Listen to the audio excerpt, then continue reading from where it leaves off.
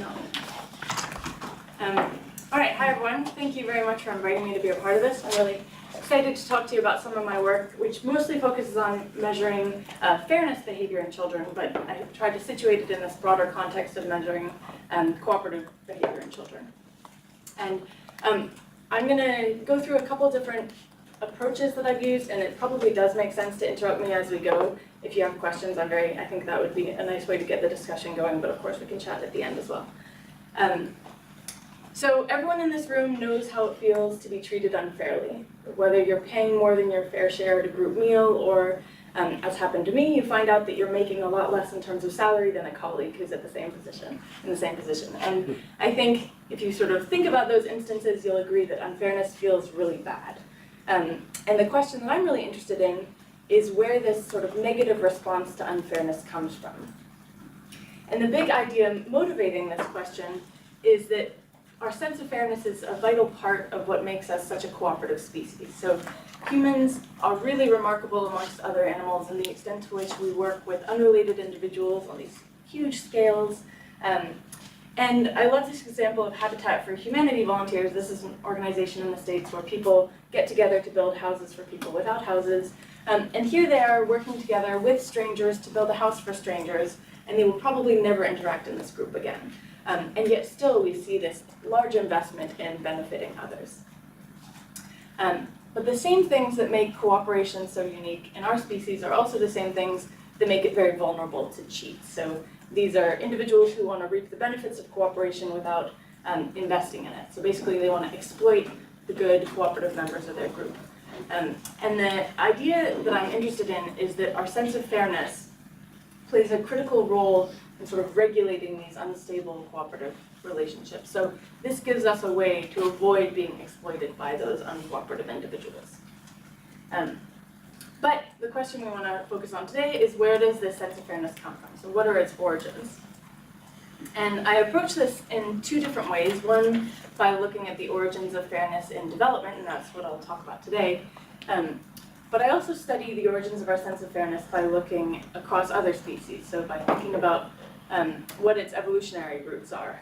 And the reason I bring this up is because I think a lot of my designs have been motivated by work on animals, and I think when we're thinking about methodologies that are successful with children, it's nice to rely on methods that have been developed for animals because they typically don't involve language, they tend to be intuitive designs, it's a way of measuring behavior, as opposed to just knowledge, and I'll get into this distinction in a minute.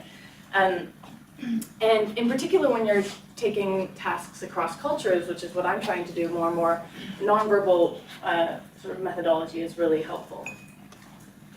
But I won't actually be showing any data from animal work.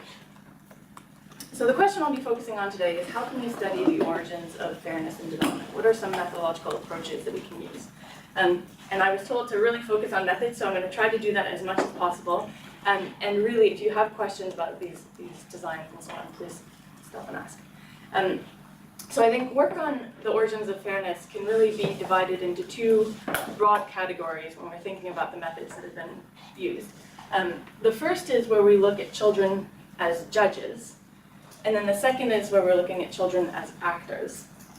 And I'll introduce you to both of these approaches. So really the early work on understanding where fairness comes from was conducted by Piaget, but also people like Bill Damon, who basically just asked children what they thought about fairness. So they used these sophisticated interview techniques, which I know some of you will use as well. And you get very, very rich data about how children conceptualize different concepts, like fairness. And he also introduced children to different vignettes. So he might say, here's a child who's in a classroom, and all the kids in this classroom work together to make cookies. Now they're going to sell those cookies at a bake sale, and they get this amount of money. Let's talk about how the money should be distributed amongst the kids. This kid did a lot of work. This kid was pretty lazy. Do you think one should get paid more than the other? This sort of thing. So by presenting children with these vignettes is a sort of more targeted way at getting at how children are thinking about these fairness concepts at different ages. So sort of, what do you think they should do with the money and why? And I use this kind of vignette-based work or design in my work as well, in a slightly more direct way, because I like to give kids something that they're actually interacting with. So for instance, I was interested in exploring whether children expect a gender gap in pay. So in the States, and as well as many other Western cultures, we have a situation where men get paid more than women for doing the same job. And I was interested in whether children sort of expect boys to get paid more than girls. So I'd say, here's a classroom. Here are Jacob and two kids in the classroom named Jacob and Emily. They both did a job after class where they fed the classroom hamster. And the teacher was so happy with their work that the teacher wanted to reward them for doing this job. So the teacher went and found 5 cookies. But this meant that one child had to get 2 cookies and the other child had to get 3 cookies. So can you show me who you think gets 2 cookies and who you think gets 3 cookies? And then I asked the children to put these little magnetic characters on the board by the cookie plate that they think, in line with how they think the teacher rewarded them. So this is a method where we can sort of make the task a little bit more engaging for kids because they're actually interacting with something. We're presenting them with concrete stimuli to represent the story. But it's not about their behavior specifically. It's asking them to tell us what they expect of another individual. So they're asking, well, I'm asking them, what do you think your teacher is going to do in this situation? So it's really about expectations, about fairness. Another way that has proven to be really successful in tapping into sort of children's really early emerging, oh yeah, what did you find? Oh, yeah, and so I'm not even going to show the results from this. Here I showed that, where we found that they basically expect fairness, so they're about a chance for this, but then they have a very strong own gender preference. So young children, unlike their adult counterparts, seem to expect fairness, even though they even have an explicit preference for their own gender. So you see this nice dissociation, but somehow that gets closed in adulthood, and people seem to think that men should get more. How So old were this children? these are 4 to 9-year-olds. Yeah, and I've done a couple of different, we can talk more about this line of work later, but the most successful line so far has been in asking children to actually negotiate for themselves. So when we ask kids to ask us for rewards, we see this really interesting difference where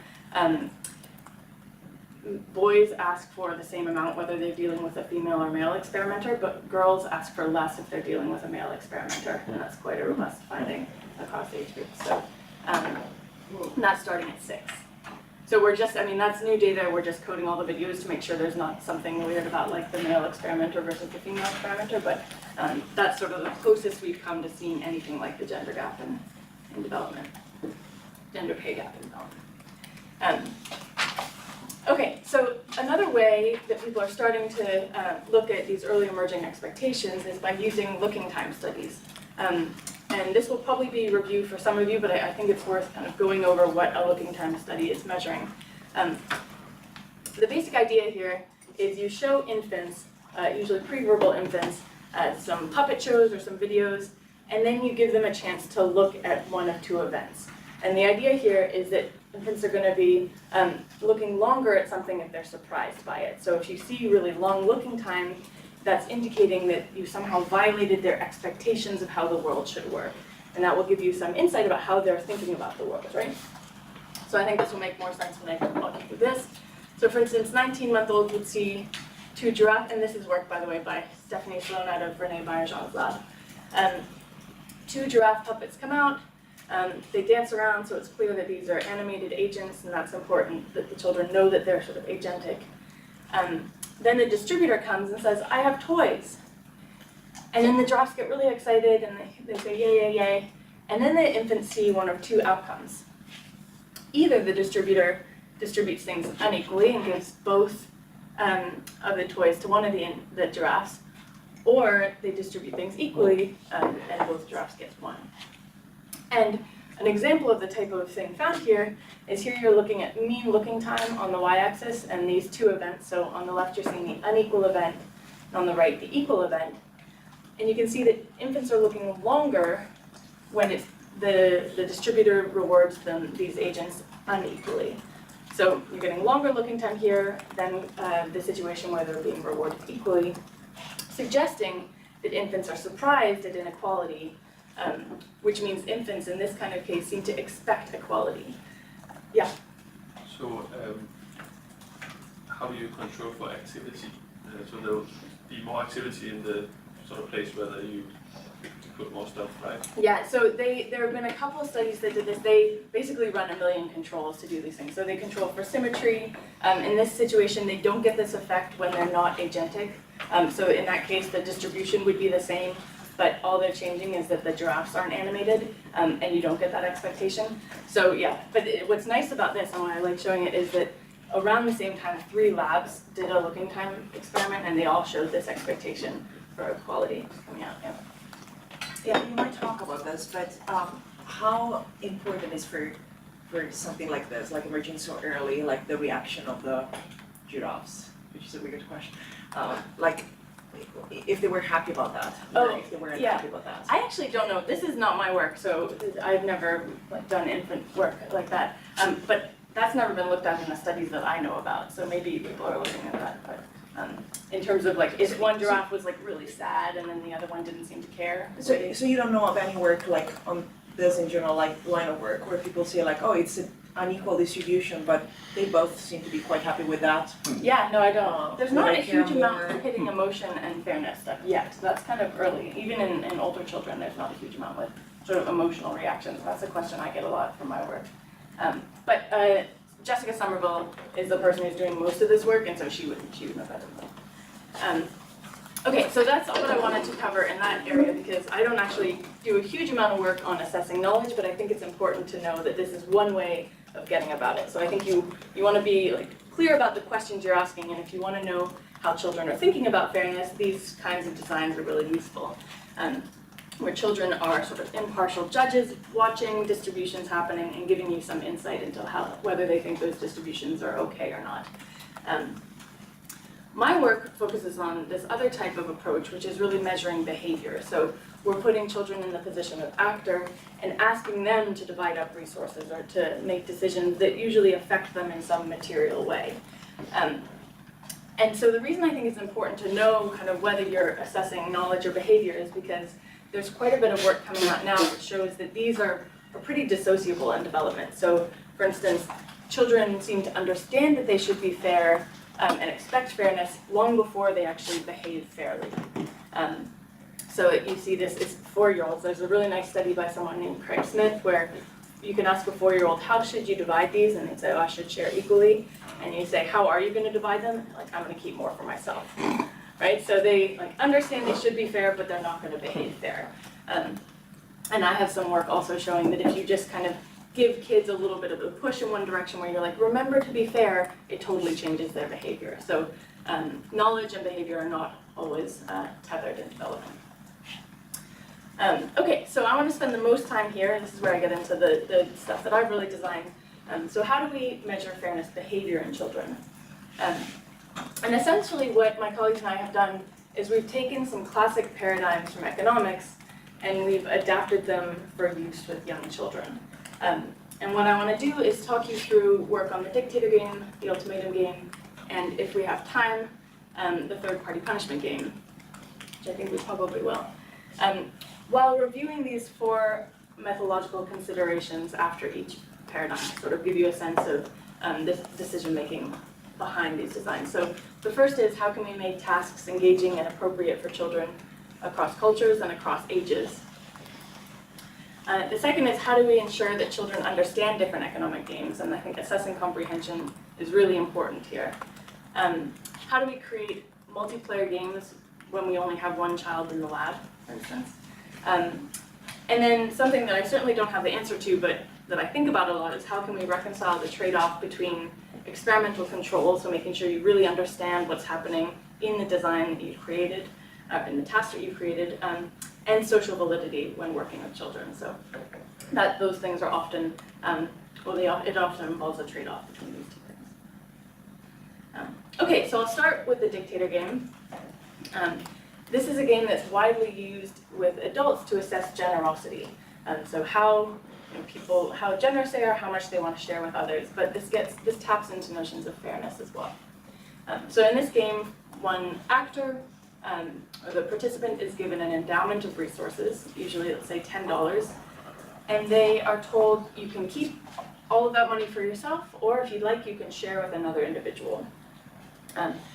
And what's important to note here is that there are no negative consequences of keeping everything for themselves, because usually this other is completely anonymous. It's someone who might be coming into the lab later, for instance. They're making this decision by themselves on a computer screen or in a privacy box. And despite this, we often see sharing in this game. And we often even see equal sharing. So this suggests to us that, for adults at least, this sort of motivation to be generous and to share, sometimes equally, is so strong that it overrides these cues associated with being in an anonymous situation where you're not going to actually benefit from sharing with another individual. So the question at hand here is, can we trace this sort of motivation to share and to be fair into childhood, and what are the methods we can use? And what's nice about the dictator game is it's actually very simple to just translate this directly for children. So for instance, we can use stickers, or I often use sweets, like these are an American candy called Starburst. And so we find kids who want to play this game and we say, here are 4 flavors of Starburst, pick your favorite. So they might pick the red one. And the reason that's important is that what you don't want is to give kids a whole bunch of candies and have them just give away the ones they don't like. Right? So you want to make sure that at least kids are motivated equally for all the resources that they're using. We also always ask children whether they like whatever it is, stickers or candies, before they play, and if they say no, we don't include their data, because you want to make sure that they're sort of motivated, as I say, for the reward. Okay, so this imaginary kid likes red Starburst, and then we set it up basically like I described before. So we give them an endowment of 10 sweets, and we say, here's a paper bag for you. Any of these candies you want to keep for yourself, you can put into this paper bag and take those home at the end of the game. And then here's a paper bag that I'm going to give to a child who's going to come and play this game later. So any candies you want to share with that child, you can go ahead and put in this paper bag. And then we let them do this in a privacy box, super high tech, as is most of the work that we do with kids, right? So they go into this little cardboard box and make their allocation decision, and then they come out with 2 paper bags, one for themselves, one for the other kid, and then they leave.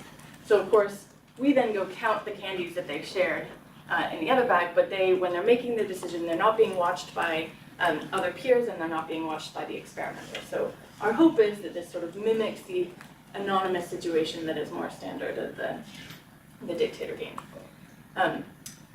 And from this kind of task, you can get really nice insight into sort of natural sharing behavior. Right, so this is an example of the type of data you might see. This is going to be a smooth histogram, essentially. And this is donated candies by age group, so 4, 5, 6, 7, 8, 9, ranging from gave no candies away to gave 10 out of 10 candies away. And you can see that kids are pretty much hovering around equality, going a little bit more towards equality in the older age groups, but you get this nice distribution of donations. Any questions about this method so far?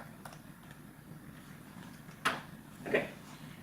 So thinking about this in terms of these 4 methodological challenges, I think one thing that's good about this kind of design is that it's incentivized.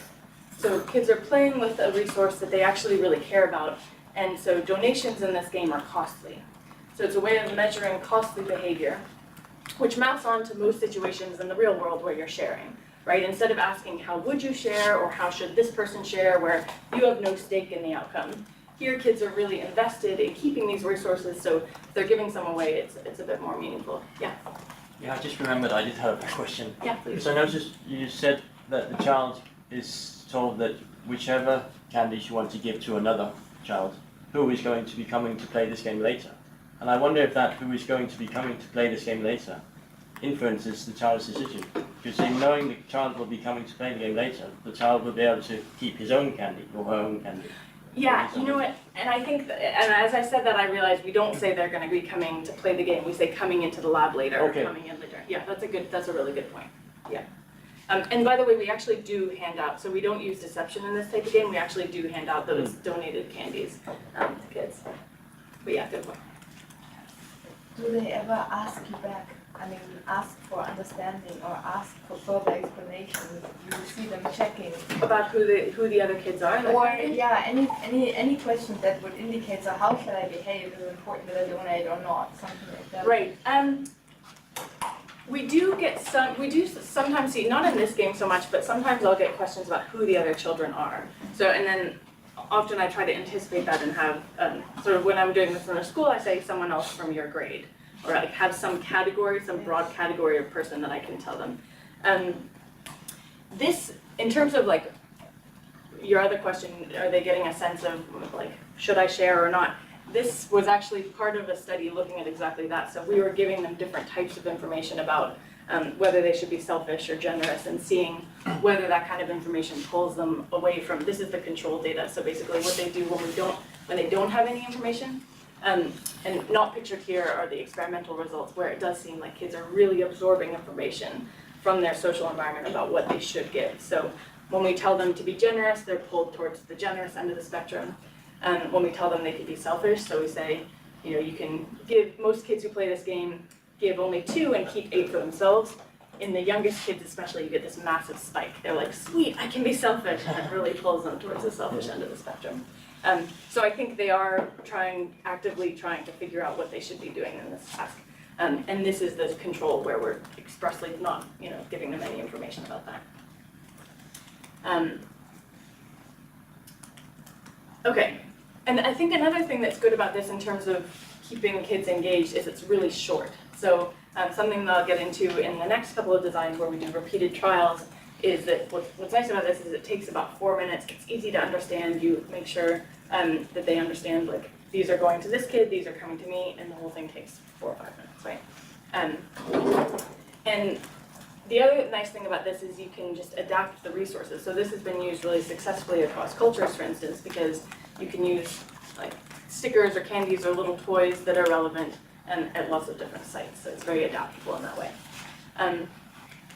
So how do we ensure that children understand this kind of task? This one's not too hard. You basically just need to make sure they know and believe that the candies are going to someone else. But we do always ask them. So we say, what's going to happen to the candies in this bag? What's going to happen to the candies in this bag? And you know, we make sure they understand that before they actually make the decision. What I don't like about this task, and something that we deal with in the next study that I'll show, is that they're dealing with a sort of abstract other, right? And this is not sort of in line with their natural behavior. Sort of natural sharing behavior in the world is when they're dealing with another child, right? So we do ask them if they believe that the kids are coming back, and usually they say that they do believe it. Some kids say that they think this is all pretend, and then you have to wonder how meaningful their behavior is. But yeah, it's difficult because of this abstract other child. Which kind of leads into this question about, like, yes, this is a valuable measure because children are in this situation fairly regularly. Like in the States, Halloween is a big deal, right? You go and trick or treat and you get all this candy, and then they're actually in this situation where they're handing candy out to their siblings and so on. But beyond that, it's pretty like sterile, and it's this one sharing incident where they're making a decision about an abstract other. So I think there's some things in here that are less ecologically valid. And then I'll show you in a minute. Okay, so this is what I wanted to show on the dictator game. Are there any other questions about this before I move on? Okay. So the next game, so one sort of problem with this approach in the adult literature as well as in the child literature is that studying more continuous sharing doesn't really help you know how much of children's behavior is motivated by generosity. I really want to benefit this other, I want to be nice to them, versus how much is really driven by fairness concerns. So it is fair for me to keep half for myself and give half to you. You can't distinguish these in this task. And I really care about fairness specifically. I'd like to isolate fairness from generosity, which is why a lot of my work is focused on an adaptation of the ultimatum game. So in this game, you have one individual who is a proposer, who's given some resources, and they're able to make an offer to a responder. So imagine they keep 4 for themselves and give 2 to the responder. The responder then has a job to either accept the offer, in which case they both get their allocated amounts, or the responder rejects, in which case the rewards disappear and nobody gets anything. So this is a pretty high stakes game in the sense that it's all or nothing and everything is down to the responder's decision. So if the responder accepts, they both get something. If they reject, they get nothing. And what's striking from work on this in adults is that people frequently reject offers. So you might imagine that if you're a rational agent, you should just accept any non-zero offer here, right? Because something is better than nothing. But that's absolutely not what we see. What we see is that people typically reject any offer less than about 20 or 30%, meaning they would rather pay this price than see someone get more than them. So they're willing to pay for fairness in this context. And I really like this because it gives us a sort of costly measure of fairness. So how, and in particular, it gives us access to this negative response to unfairness that I brought up at the very beginning of the talk. So how can we start to quantify that negative response? And so this is known as the sort of negative response to unequal resource distributions is known as inequity aversion. And this has two possible sides, right? So if you get unlucky in this situation where unfairness has happened, you'll be getting less than someone else. And a willingness to say no to that is known as disadvantageous inequity aversion. So this is a willingness and a desire to avoid chaos where you're getting less than someone else.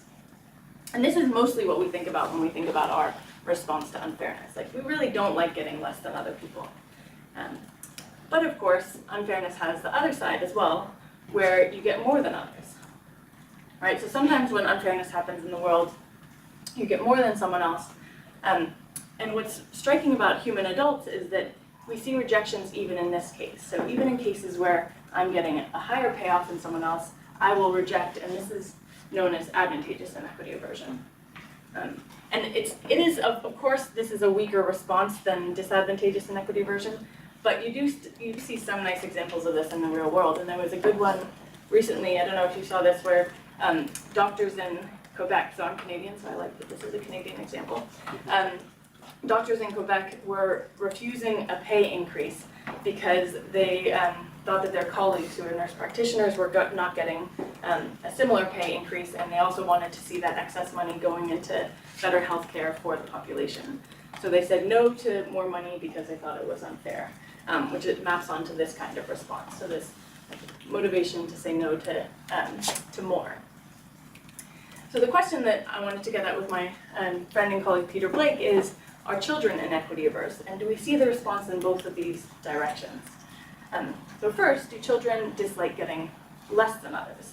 And if you have ever interacted with a child, you probably know the answer to this, but we're going to try to put this in an experimental context. So what's different about this game compared to the one I showed you previously is that this is a face-to-face game.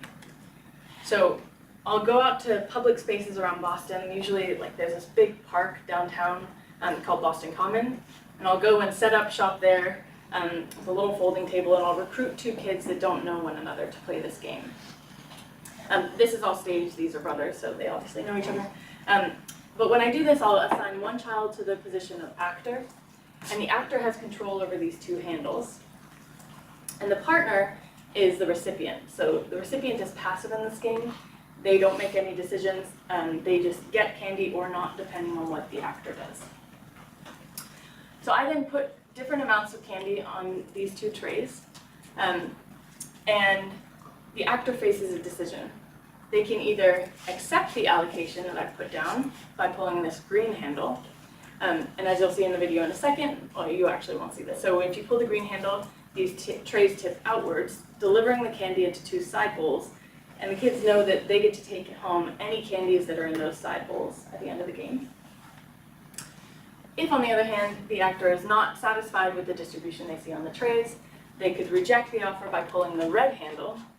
That tips the trays inwards, dumping the candy into the middle bowl, and nobody gets to take those candies home. So like the ultimatum game, this is an all or nothing situation where the actor is making decisions that affect both payoffs. Any questions about this? So one thing I want to highlight here is before kids actually play this game, we give them a comprehension check. And I think this is important because you could just ask, like, which one would you pull in this situation, or you could just tell them, if you want to do this, pull the red handle. If you want to do this, pull the green handle and move on. But that wouldn't actually tell you that they understand the contingencies involved in this task. So what we do is we assess comprehension by making them show us that they understand how to achieve each outcome. So we'll say, how would you make the sweets fall into the side bowls? And then they have to show us spontaneously that they pull the green handle. And then we also say, how would you show us how to make the candies fall into the middle bowl? And they have to show us that they pull the red handle. So this means that before they get into the test trials, they have shown us that they understand the contingencies and they have experience pulling both handles. And I think that's important because whenever I try to design comprehension checks, I try to do it in this way so that you're getting kids to sort of spontaneously show their understanding as opposed to just asking them, before they get to play. Okay, so here's what it looks like. It looks like I'm putting 4 down on the recipient side, 1 on the actor side. And here he decided to pull the red handle, which dumped all the candies to the middle bowl. And what's interesting about this is this means that he sacrificed 1 candy to prevent his partner from getting 4. So it's kind of a spiteful behavior, right? Like, I don't want to have this if it means you're getting more than me. And it's also a bit irrational because, as I said when I introduced the ultimatum game, something is presumably better than nothing, but it doesn't seem like that's how kids react to this game. So we give kids half equal allocations here, where the actor gets 1 and the partner gets 1, and then half unequal allocations, where the actor gets 1 and the partner gets 4, as you just saw. And I'll show you what the data looks like from this disadvantageous condition. So here you're going to see proportion of rejections on the y-axis and age group on the x-axis. So what you're seeing here is their response to these unequal allocations. So at every age group, they're rejecting these unequal allocations, and their aversion to inequality gets stronger over time. But you might say, oh, well, maybe the red handle is just super fun to pull, right? Because it like dumps them all into the middle and so on. But if that were the case, they should be pulling the red handle when presented with the equal allocations as well, and they're not. So here, this is their rejections of the equal allocations, and across age groups, you can see that it's very low. So children are much more likely to reject the disadvantageous allocations than equal allocations. And this starts as young as 4. So by the age of 4, children would rather have nothing than receive less than a peer. So you might think, well, maybe children are just really focused on equality and they will reject any sort of deviation from inequality. And if that's the case, they should, the data should look very similar when they're receiving more than a peer. This was just a very strong rule that I only accept equal things. So to test this, we simply present children with the opposite distribution. So here, the actor gets 4 and their partner gets 1. So this is asking whether children will pay a large price to prevent someone from getting less than them. So rejecting 4 to prevent a partner from getting 1. And again, we give the kids half equal allocations and then half advantageous allocations this time. So again, you'll see the data in the same format. And consistent with our expectations, and maybe many of your intuitions about this, 4 to 7-year-olds were very happy to accept an advantage. So, and in fact, when we look at their reaction time, they're even faster to accept these advantageous allocations than they are to accept the equal allocations, suggesting they have no problem taking more than a partner. And that's what we thought. We thought that this would make sense. But something changes in the 8 and 9-year-olds. So later on in childhood, children begin to reject these allocations. So they're now sacrificing 4 candies to prevent their partner from getting 1, showing this really costly form of fairness coming online. So only older, yeah, please. I just wanted to ask if do you mix up the trials, so the kids getting a mix of different trials? We do, so in this particular study, it was blocked, so it was 6 equal followed by 6 unequal, or, that was counterbalanced. But in every study except for the first couple, we randomized the order, and we never see, we didn't see trial effects here, and we don't see trial effects in the randomized version. Okay, I was wondering if there's like a legitimate fair strategy where you accept unequal things as long as you accept them for the other person as well, so you could maximise the number of tweaks you get. Yeah, so I'm going to show you some data from across the cross-cultural version of this, where that might be happening in one community. Okay, so only older children are opposed to receiving more than a peer. But we wanted to know if we would see this behavior. Oh, were there other questions? Sorry, I thought I saw there. Yeah. So, of course, this very well mirrors in the world phenomena. Still, I wonder, to what extent do you think you're tapping into fairness when they sort of have to see the reaction of the other child when they sort of take the candy in a way? I mean, there's a lot of sort of social pressure in the situation. Yeah. To what extent do you think that you kind of tap into this genuine fairness sense in the child? Yeah, I think that's a good question, and actually, I'll get at that when I get to the 4 challenges. But just to touch on this briefly, sort of a prediction following from that is if we allow them to make the decision where they don't see the reaction of the child, we might get different results, and to some extent that's true.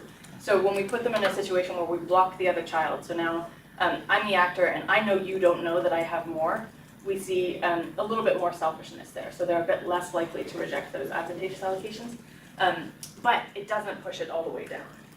So even in a situation where they are making decisions kind of hidden, we still see this behavior. But yeah, let's come back to that with the sort of 4 challenges. So one thing I was really interested in was whether this was just a phenomenon of Western society, particularly these kids get candy all the time and like fairness is really hammered into them in American schools. So is this something we're going to see across cultures? And this is a relevant question because we know that fairness behavior shows very rich variation in adults when it's been studied across cultures. So this variation has to come from somewhere, so can we trace it into development? And I think I want to just mention this here, maybe you know about this acronym, but the vast majority of psychological samples come from these Western educated, industrialized, rich democratic nations, or as Henrik and colleagues call them, weird societies. And so there's a real push right now to get away from this myopic focus on weird studies and to branch out and to try to capture diversity, not only in adults, but also in development. And there's a really nice paper on this by Nielsen and colleagues, which is a sort of call to action to developmental psychologists, and I really recommend that people read this. So with this in mind, we went and took this game to a bunch of different countries. Yeah. Could you just move that a bit to us and remove the images? Oh yeah. So you can actually read this, you mean? Yes. Yeah. Persistent sampling bias in developmental psychology, call to action, and it's a JECP paper, Journal of Experimental Child Psychology.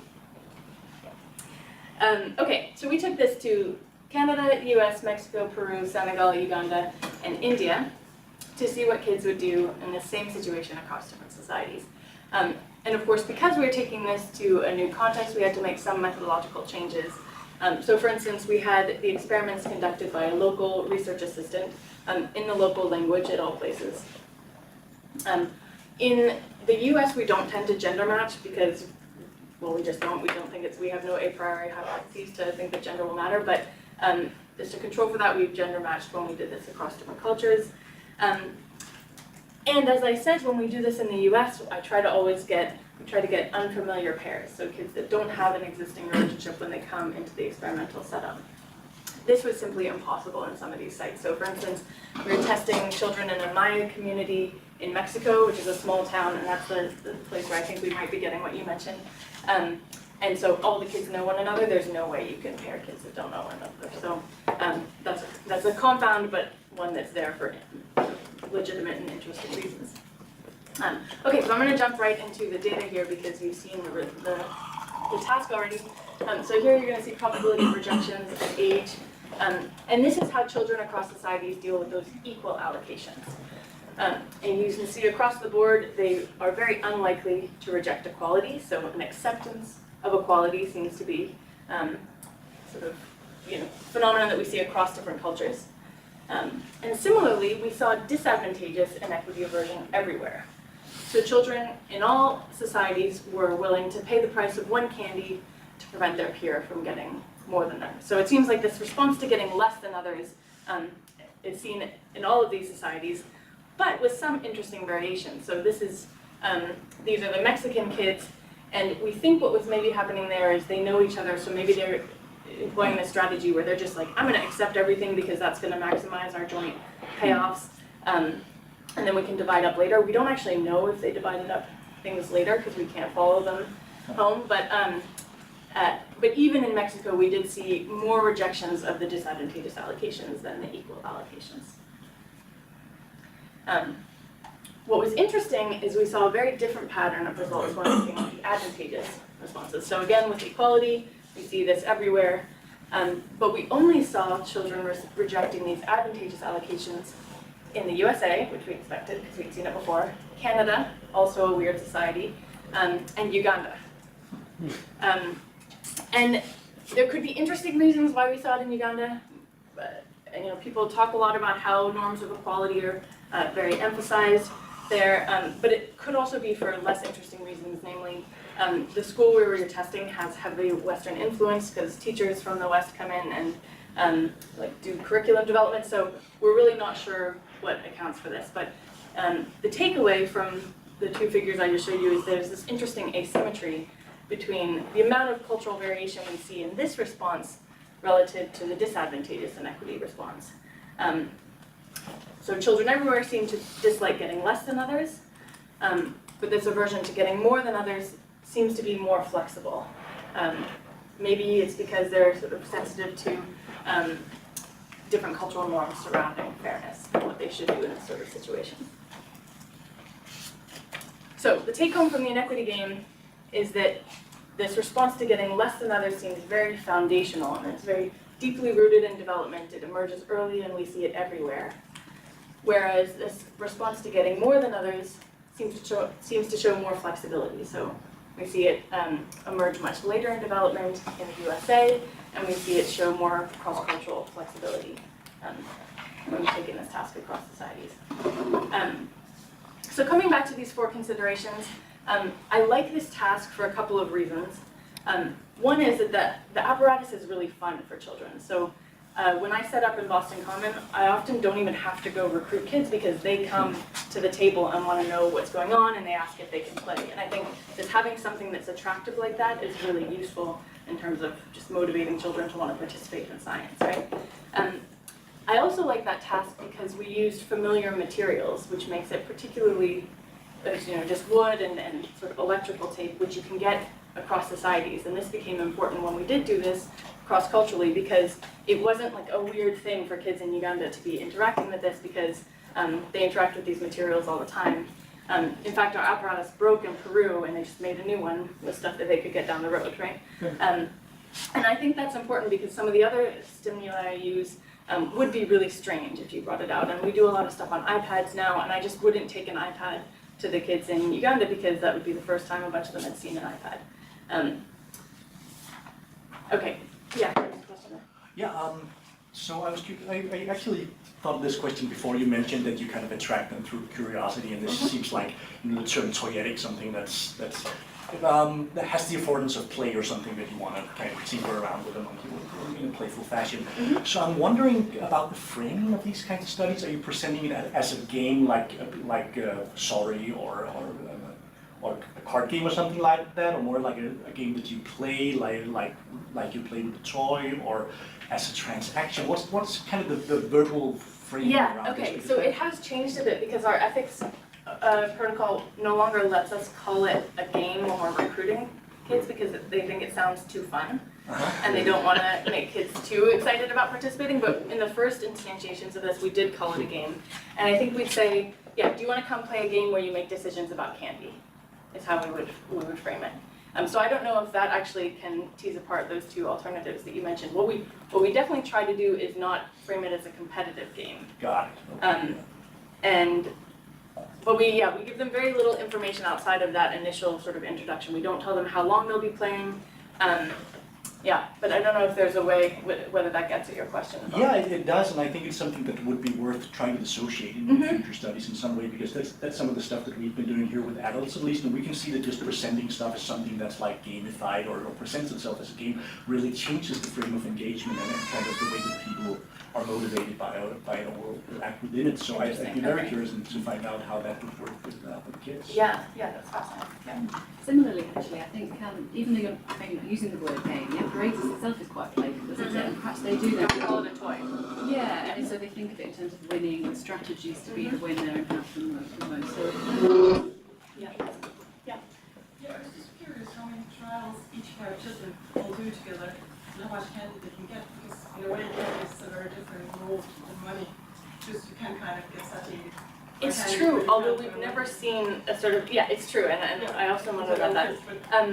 They get 12 to 16 trials depending on which version of it they're getting, so I think the most they can get is like 40 Skittles, which is less than a bag of Skittles. Okay. I have at some point counted that out, but I can't remember. Yeah. But we actually initially designed this with stickers, and they really showed diminishing returns on value, which is why candy seems to hold its value over increasing items. in a way that How stickers long don't. does it take for them to complete 12 to 16 trials? The normal game only takes 7 to 10 minutes, yeah. But I go really quickly, so, yeah. Do you have a question? Like you were talking about the problem with, I think it was in Mexico where they all knew each other. Have there been done studies of like friends and see if there's a difference there? Yeah, so I had a thesis student doing that in the States. So we recruited half our sample was familiar, half was unfamiliar, and the familiar pairs consisted of friends, siblings, and so on. We didn't have an ability, we just didn't have the sample size to really be like all siblings, and it didn't matter. Okay. But I just don't trust those results too much because we might have been, like, once you throw in all the different relationships into the familiar category, you could like lose a lot of interesting information. Yeah. Interesting. Okay, so I touched on, one other thing I wanted to mention about this game is that we initially designed it based on a monkey apparatus where acceptance would require them pulling a tray towards themselves and rejecting required them to push it away. And that ended up being a really bad design because pulling is way more fun than pushing. And we could have addressed this by counterbalancing within child. So for this pair of children, accepting is pulling. For this one, pushing is accepting. But instead, we changed the apparatus so that both decisions required the same action, and that was that ended up being important. And I might not get to the third-party punishment one, but that is something that I tried to hold in all the designs where you try to match the behaviors as much as possible, so you don't have some sort of boring explanation accounting for the pattern of findings. So we talked about comprehension. Here we create multiplayer games by just getting lots of kids to play. So in this case, it's a 2-person game. I've done a 3-person version of this where I have a third child observing. And it's possible to do this if you're able to go to places like museums and parks or schools. But I think it ties into this, which is bringing up, one of your points. There's a lot that could be influencing the children's behavior here. So I think this is the task that I do that's like the most socially valid in some ways because they're making this decision in the type of situation where they'd be making these decisions normally, right? Their parents are there, they're doing this in front of peers, but it means that it's hard to know exactly what is accounting for their behavior, which is why then we have to do a million follow-ups to try to understand how much of this is reputation, how much is emotion, how much is, et cetera. Whereas if you bring them into the lab and control for all of that, it's less sort of socially or ecologically valid, but you at least know that you're isolating the one particular thing that you care about, right? But I do think that it's important to mention that this kind of task seems to me very useful for cross-cultural work because it's simple, it's portable, it's attractive to children, you can take it everywhere. But of course, we're now moving into this phase where we're working more closely with anthropologists to, we've sort of charted variation. We've taken this standardized tool across different places and we've shown kids here do this, kids here do this. But we don't really understand what explains that variation. And for this, we need to work very closely with people who understand the societies much better than we understand them. And also, at the moment, my cross-cultural work is completely opportunistically driven. Like, we're like, do I have a friend in Uganda? Awesome, I'll go to Uganda. But we could afford, it would be good to be a bit more hypothesis-driven in our selection of societies here. Okay, so I'm probably out of time unless the counts as discussion. So we have 2 choices here, I guess. Are we wrapping up to move on to someone else, or is this the discussion phase? This should be the discussion phase, but as you took questions in between, I think you can go on for 5 more minutes. Okay, yeah, I think that's probably enough time to go over this last game. So final study I want to present is one looking at third-party punishment in children. So everything I've shown you so far is where children are making decisions where they're sort of in a direct interaction with someone else. But what's striking about the human sense of fairness is that we care about fairness not only when we're directly involved in the interaction, but also when we're witnessing unfairness play out between others. So we'll sort of interject ourselves into different situations to prevent unfairness when we're unaffected by unfair behavior. And this willingness to sort of intervene to punish selfishness or unfairness when you're a bystander is known as third-party punishment. So the question here is, do we see a signature of this kind of response in children? So will children punish those even when it costs them sort of resources to do so when they have not been affected by the unfairness? So the way I run this is I bring kids into the lab and they are assigned to the role of a third party. And then they learn about two other kids who are absent but have played this game before. So they learn about an absent divider who was given some candies, and the divider had a chance to share with another recipient or to not share. And then the third party's job is to either enact that distribution or to reject it. I'll show you what I mean right here. So the third party controls the handle on this apparatus, where if you imagine the divider has been fair, keeping 3 for themselves, sharing 3 with a partner, the third party might say, okay, that seems good, and enact the distribution by pulling the handle to the green zone, which causes the candies to fall out into these trays, and then we put them in bags that are associated with the absent divider and the recipient, and we say, oh, these kids are going to come back later to collect their candies.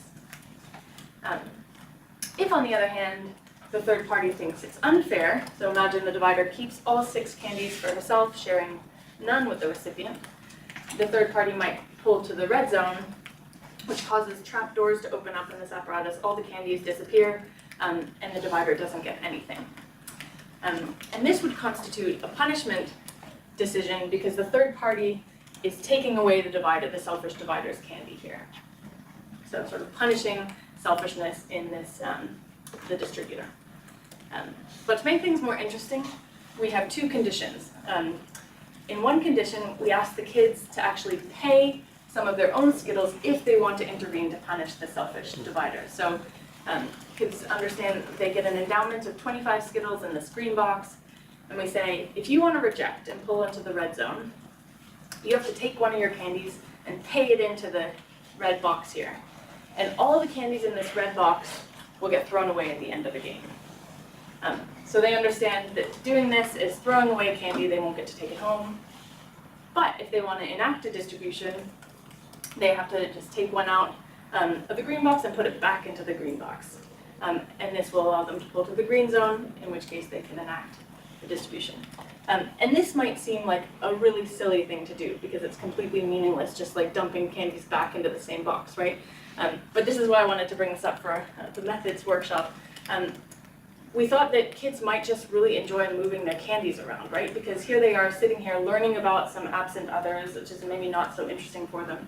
So in this case, doing something might be much more attractive than doing nothing.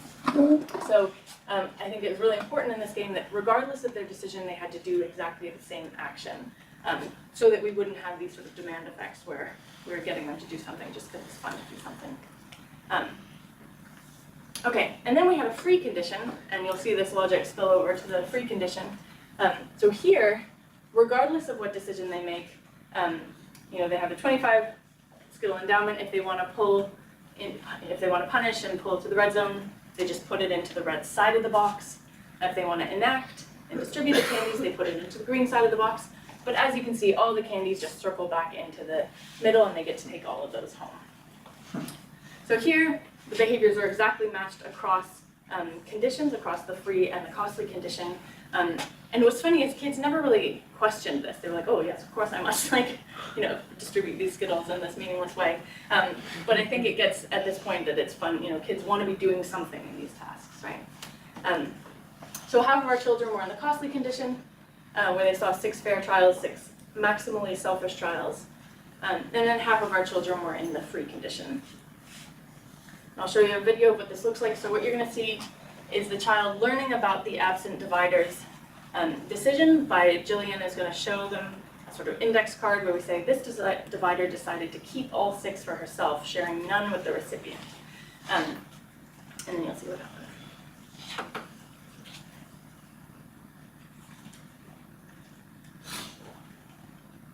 She takes one out of her green box, puts it in the red box. And then what you don't see there is all the Skittles dumped out, fell into this trapdoor, and so she took all of the selfish divider's Skittles away, basically. So this was a costly punishment decision. So our results here, we tested this in 5-year-olds and 6-year-olds. You're seeing proportion of punishment on the y-axis and costly and free here. So the 5-year-olds seem to be sensitive to costs. So they were more likely to intervene when doing so did not require paying Skittles than when doing so did require paying Skittles. But they were insensitive to fairness versus selfishness. So they were no more likely to punish selfish offers than they were to intervene against fair offers. Whereas the 6-year-olds showed both of these effects. So the 6-year-olds were indeed more likely to punish selfishness than fairness. So the blue bars are higher than the gray bars here. And they additionally showed this sensitivity to cost. So they were more likely to intervene when they didn't have to throw away their candy to do so. So this shows us that despite the costs associated with punishment, we're seeing the emergence of this third-party intervention by the age of 6, at least in Boston. And I've now taken this game across cultures, and it seems to pattern more like advantageous inequity aversion, where we're seeing a lot more variation in children's behavior across sites in this game. Okay, so this task is much, much harder because we're asking kids to come into the lab, they're learning this story about two absent others. We have to do a million comprehension checks to make sure they understand how the apparatus works, what the repercussions of putting their candies into the different boxes are. And so that's partly why we only started this at age 5 and up, just the younger kids could not pass the comprehension checks. So this is meaningful because it's possible that third-party intervention would happen in another situation, but this one is just too taxing for kids, right? You have a question here? Yeah, I was wondering if there's a difference if the kids are like being watched while doing the decision, like if the being an authority with them, if it, I don't know, like if they then want to be more fair, or if it's like if there's a difference if they're Yeah. making the decision alone.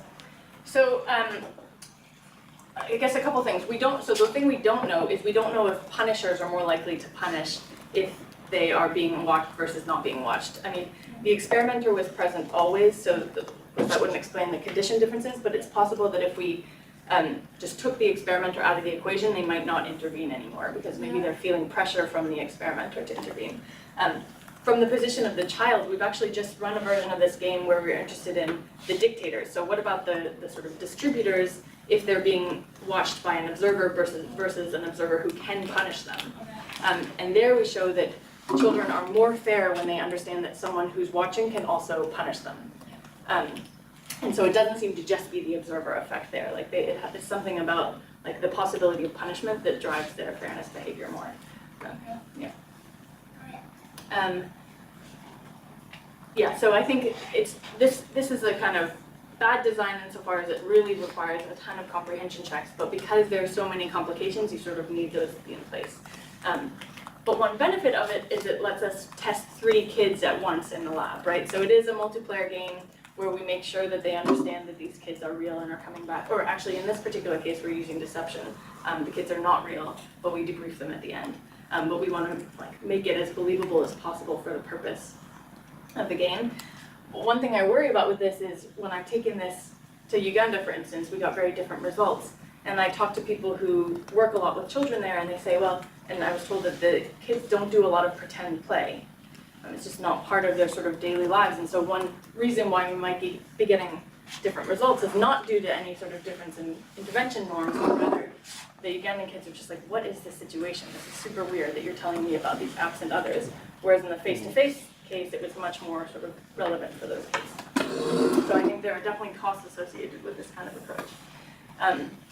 And so in that same sort of vein, this is one where we have a lot of experimental control, right? We make sure that the kids understand everything.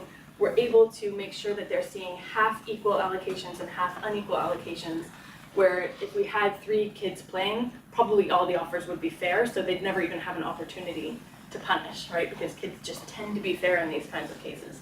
And in fact, I've done that, and you very rarely get sort of spontaneous, unfair behavior. So in this kind of case, we're really pushing kids to the limit.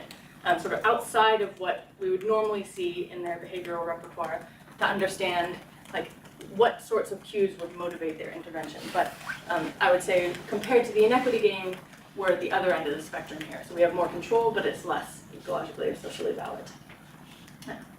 Okay, so I'll wrap up here and then we might have a few minutes for general discussion. So I think what adapting these economic games from adults has shown is that the sort of signatures of what we consider the human or the adult fully fledged form of fairness can be traced into childhood, but that it shows a really interesting pattern in how it emerges. And of course, in adults, you get this whole package, so studying development gives you a sense of sort of how this package is built and what its component parts are. So we see this reaction to getting less than others emerging relatively early. We see it across cultures. A willingness to punish others for unfair behavior. I showed you third-party punishment. I also have worked on second-party punishment. This emerges in mid-childhood, around the age of 6. And then an aversion to getting more than others seems to emerge last. So in later childhood shows the most flexibility, both across contexts, but also across cultures. And so I showed you sort of 2 broad categories of how we can assess fairness in childhood. One is where children are judges, and the other is children are actors. And sort of this kind of, I'm just wrapping up here, yeah, so this kind of method would allow you to gain some insight into what children know about fairness, but not necessarily how they'll actually act when their own resources are at stake. So this is where paradigms that ask children to be the actors are very useful. But as I said at the beginning, and I want to emphasize now, these things are often different and in really interesting and informative ways. So we know knowledge comes online before behavior, and so understanding what's closing the gap between knowledge and behavior is a really exciting area of current work. But we know that children from very early in development expect fairness, that they will then share fairly with others, react negatively to unfairness, even when they have more than others, which I think at a very broad level tells us that some of the things that we think are so critical to sustaining human cooperation can be traced into childhood. And with that, I'll end, and thank you for your attention.